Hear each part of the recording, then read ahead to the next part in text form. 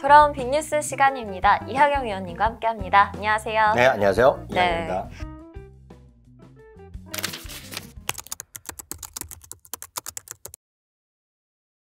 위원님, 지난주에 테슬라가요, 네. 15%나 하락을 했습니다. 엄청나게 떨어졌는데 그 이유가 뭔가 하고 보니까 실적 발표 이후로 3일 연속 하락을 했고요. 또 여러 가지 이슈들도 많이 나왔어요. 일론 머스크 CEO도 뭔가 어려움이 많다라는 이야기도 나오면서 투자자들의 우려감이 점점 커지고 있는데요. 어떤 일들이 있었는지 좀 정리해 주실 수 있을까요? 네, 맞습니다. 테슬라 같은 이제 자동차 회사들은 대부분이요. 네. 생산이라든가 인도량, 심지어는 국가별 판매량도 아주 정확히 떨어지기 때문에 일단 그 실적 자체의 매출이나 이런 거는 큰 의미가 없어요. 다만 어느 정도 이제 이익이 떨어졌다는 것은 매출보다 약간 더 한 단계 더 들어가기 때문에 약간의 차이가 있을 수 있는데요. 이번에는 모든 항목에서 소위 컨센서스가 발생할 수 있는 모든 항목에서 거의 다 지금 비트를 못하고 오히려 미스하는 그런 결과를 냈습니다. 그래서 네. 그걸 정리해드리면 여기서 보면 비트한 거는 소위 서비스 항목 쪽에서만 약간 비트했고요. 전부 다 모든 항목에서 미스하는 좀 성적표를 받았죠. 그러니까 성적표 자체가 좀 안 좋았다. 라고 일단 간단히 얘기할 수 있겠고요. 그럼 그 중에서도 가장 중요한 항목은 뭐냐면 네. 쉽게 해서 마진율입니다. 네. 자동차를 팔아서 쉽게 해서 얼마나 남았냐 하는 것인데요. 회사가 이번에 17.9%가 크게 보면 그로스 마진이 나왔는데요. 월가의 전망치는 좀 많게 보는 사람은 18.3%, 적게 보는 그런 컨센서스는 18.0 정도였는데 여하튼 17자라는 앞에 숫자가 바뀌었거든요. 또. 그래서 작년만 하더라도 25%, 1분기만 하다 22%였던 것이 쭉쭉 줄어들어서 18% 초반까지 애도 모자르고 17% 떨어진 것이 좋지 않았다라고 보셔야 되겠고요. 많이 떨어졌네요. 네. 또 하나 항목은 두 번째 항목은 순현금 흐름이 되겠습니다. 네. 순현금이라는 것은 단순한 이익이 아니라 그러니까 줄 거 주고 다 주고 받을 거 받고 다 받아서 현금 흐름만 재는 것인데요. 현금 흐름, 순현금 흐름은 특히 미국 주식할 때는 가장 중요한 소위 재무제표 중에 하나인데요. 이게 줄어들었어요. 물론 이게 마이너스 났다는 건 아닌데요. 이번에 보시면 전년 동기 대비 무려 74.3%나 줄어들었거든요. 그러니까 이것이 이 두 개가 굳이 따지자면 네. 좀 더 미스한 것이고 이것이 결국 주가의 하락 요인이다라고 보셔야 되겠고요. 그럼 이럼에도 불구하고 많은 사람이 기대하는 것이 사이버 트럭이거든요. 그렇죠. 그 사이버 트럭이 잘 팔리면 얼마나 좋아질까 얘기하고 있는데 이번에 예상대로 11월 말부터 이제 정식적으로 이제 11월부터 이제 공식적으로 이제 물건이 인도되는 것 같아요. 그런 이제 생산이 되는 건데 사이버 트럭을 통해서 역시 현금 흐름이 좋아지는 기대할 수 있는 거는 짧아야 12개월. 길면 18개월 정도 걸릴 수 있다는 거거든요. 그럼 이게 무슨 얘기냐면 지금 요번에 많이 줄어들었는데 똑같은 환경이라면 더 줄어들 수 있다는 거거든요. 네. 순현금이 플러스가 나오지 않는다는 것 자체는 이 모든 것들이 약간은 썰렁한 그런 분위기가 되겠고요. 그러다 보니 월가의 평가도 좀 냉랭하다라고 보셔야 되겠습니다. 목표 주가가 최소 4군데나 하향했고요. 물론 여전히 매도 의견인 사람은 여전히 매도 의견, 중립인 사람은 여전히 중립, 매수 의견은 여전히 중립이지만 좀 안타깝게도 목표 주가 좀 내려갔다라고 보셔야 되겠고요. 특히 네. 토니 사쿠나기 같은 번스타인의 대표적인 애널리스트가 있고 이분은 상당히 월가의 어떤 우리가 존경받고 일단 그 신뢰받는 토니 사쿠나기 같은 경우에는 이런 얘기를 했어요. 지금 테슬라가 갈수록 보통 평범한 레귤러 오토 컴퍼니 같이 바뀌고 있다. 평범한 자동차 회사는 다름이 아니다. 예전에 이렇게 올라가려 그러면 주가 이렇게 밸류에이션이 나오려 그러면 자동차 엄청 팔려야 되고 마진도 정말 좋아야 되는데 갈수록 마진율 줄어들고 하다 보니까 평범한 자동차 수준 아니냐 이래서 약간 호평하는 부분도 있었고요. 반면에 일론 머스크는 그걸 보고 나서 뭐라고 할까요? 이모지라고 하나요? 웃기지 말란 소리 했는데 여하튼 그 정도로 지금 많은 비판의 목소리도 분명히 있다. 걱정의 목소리도 있다. 라는 것까지 일단 먼저 말씀드립니다. 테슬라가 다른 자동차 회사나 다름없다라는 얘기는 테슬라 입장에서는 굉장히 자존심을 긁는 이야기거든요. 바로 그거죠. 네. 바로 그거죠. 예. 그래서 과연 이 테슬라가 다른 자동차 회사들과 같은 길을 걷게 될지 아니면은 그래도 혁신적인 기업으로서 좀 다른 길을 갈지 앞으로 잘 보여줘야 될 것 같습니다. 월가에서도 좀 갸우뚱하는 것 같은 반응을 보였으니까요.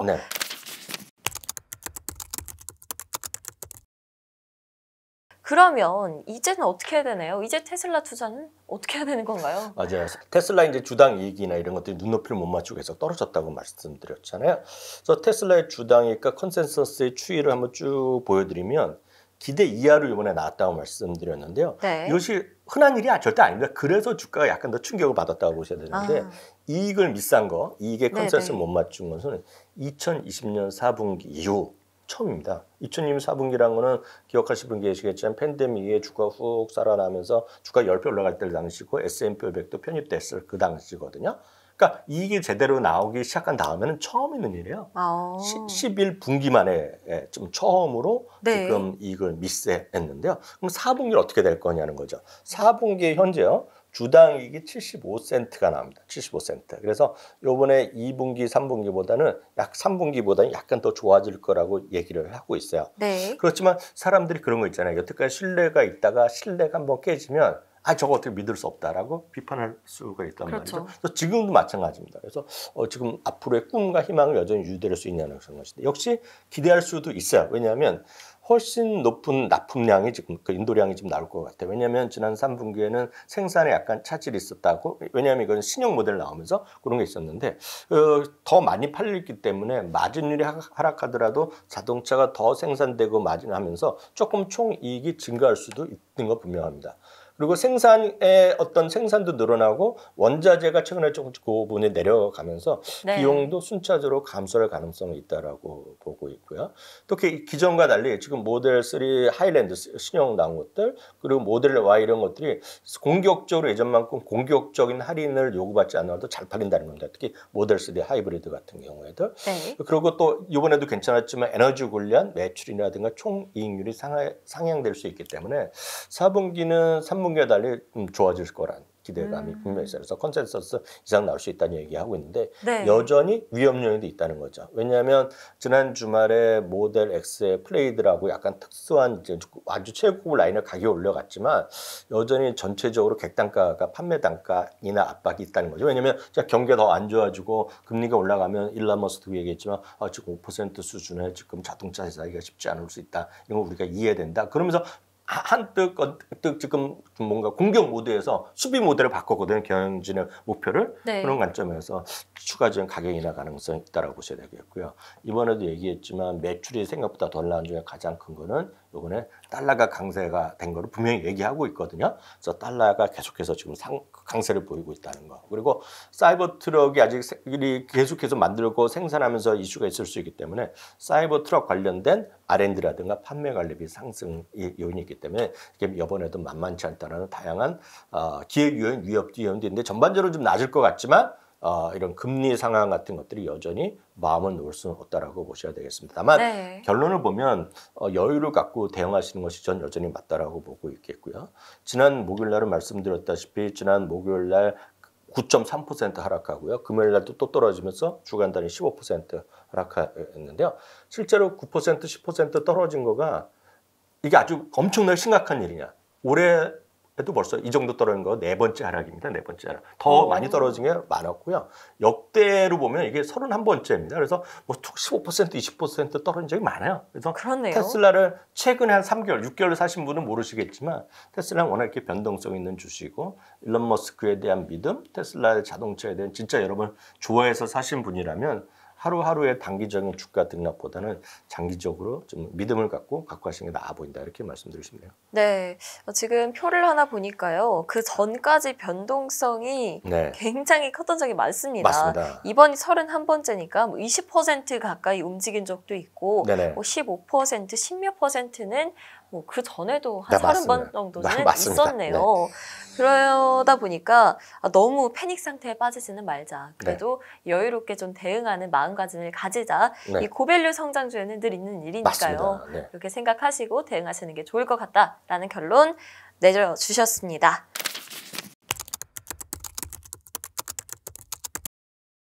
자, 그러면 그 다음으로 지금 또 핫 이슈가 있죠. 금리인데요. 네.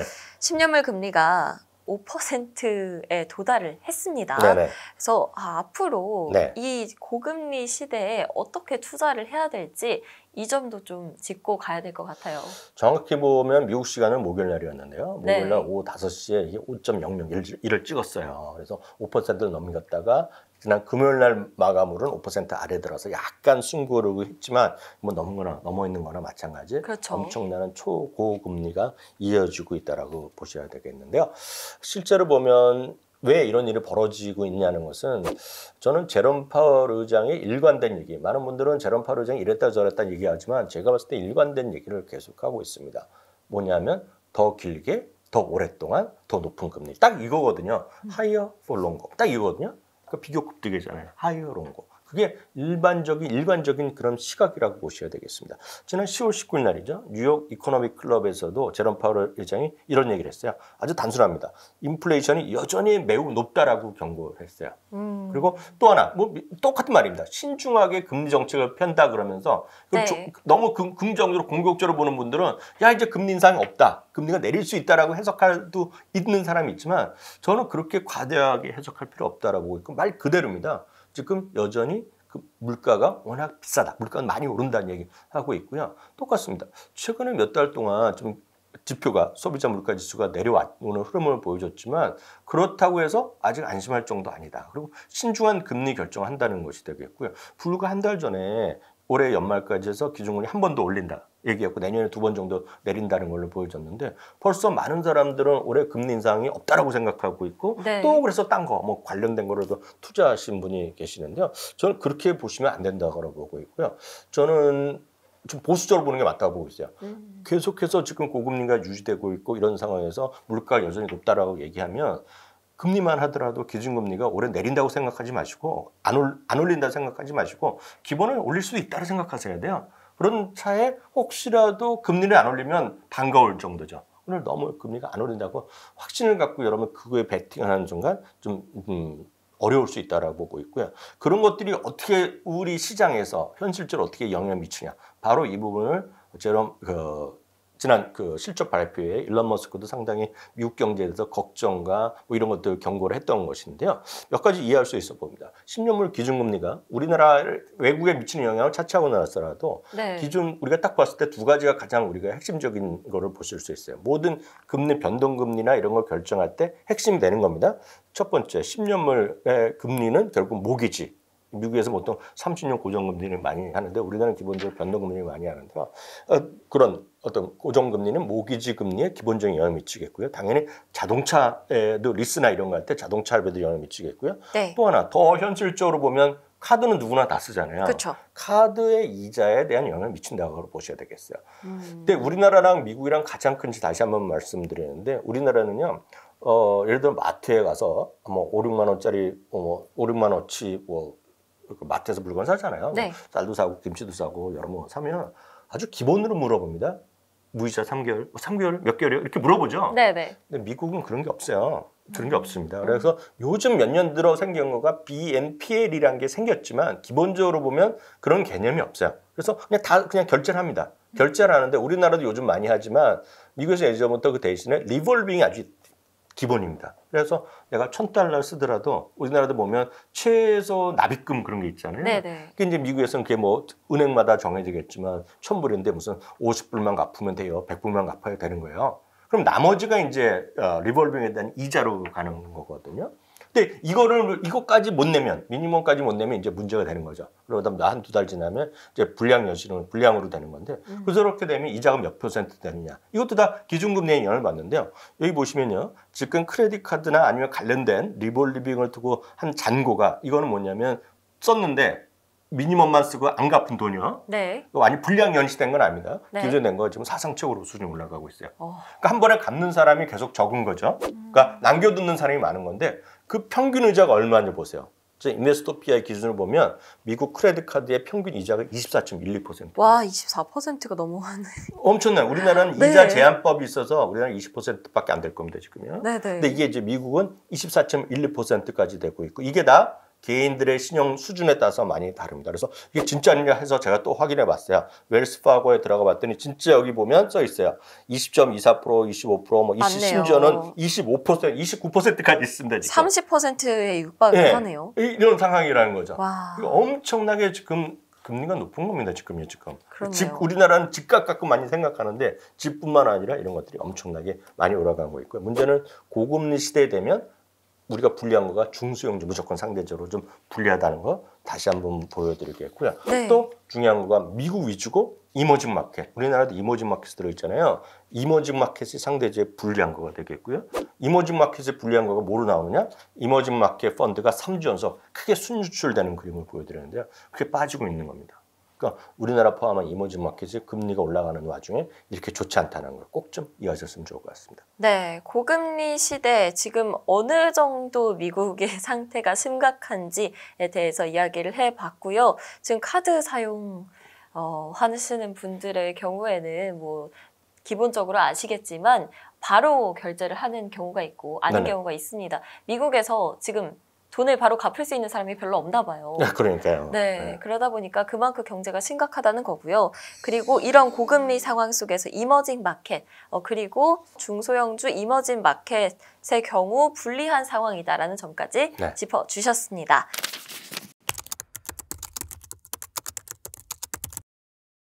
자, 그러면 마지막으로 이번 주에 정말 많은 기업들이 실적을 발표합니다. 그중에서도 특히 아주 주요한 네. 빅테크주들이 실적을 줄줄이 발표할 예정인데요. 네. 아무래도 이 기업들의 실적에 따라서 앞으로의 향방, 이 주가 향방이 결정이 될 것 같아요. 네, 맞습니다. 그 지난주에 이제 우리가 생각하는 빅테크 이제 테슬라, 네. 넷플릭스부터 시작했는데 이번 주 이제 빅테크가 이제 줄줄이 실적을 발표하면서 이번 주가 아마 많은 분들의 메인 주가 이번 주다라고 보셔야 되겠고요. 딱 언제부터? 화요일부터. 그러니까 화요일 날 정확히 보면 우리나라 시간으로 보면 수요일 새벽부터 일단 시작한다라고 보셔야 되겠어요. 그래서 빅테크를 보면 마이크로소프트, 알파벳 이런 것들이 다 화요일 날부터 발표를 하고 있겠고요. 그 외에 메타 플랫폼 아마존이 이번 주에 실적을 발표합니다.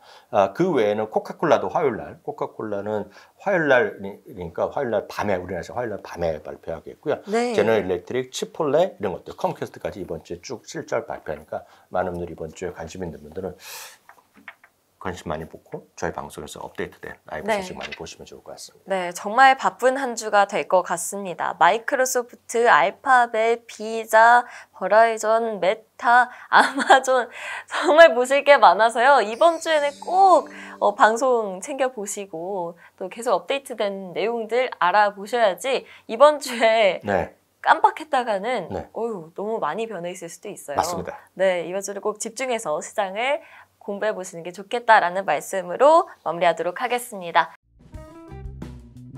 네, 이것으로 빅뉴스 시간 마치도록 하고요. 다음 시간에도 더욱더 알차고 빠른 정보로 찾아오도록 하겠습니다. 감사합니다. 나올 거라고 예상하세요? 그냥 냉정하게 보면 그렇지 않을 것 같은데. 네.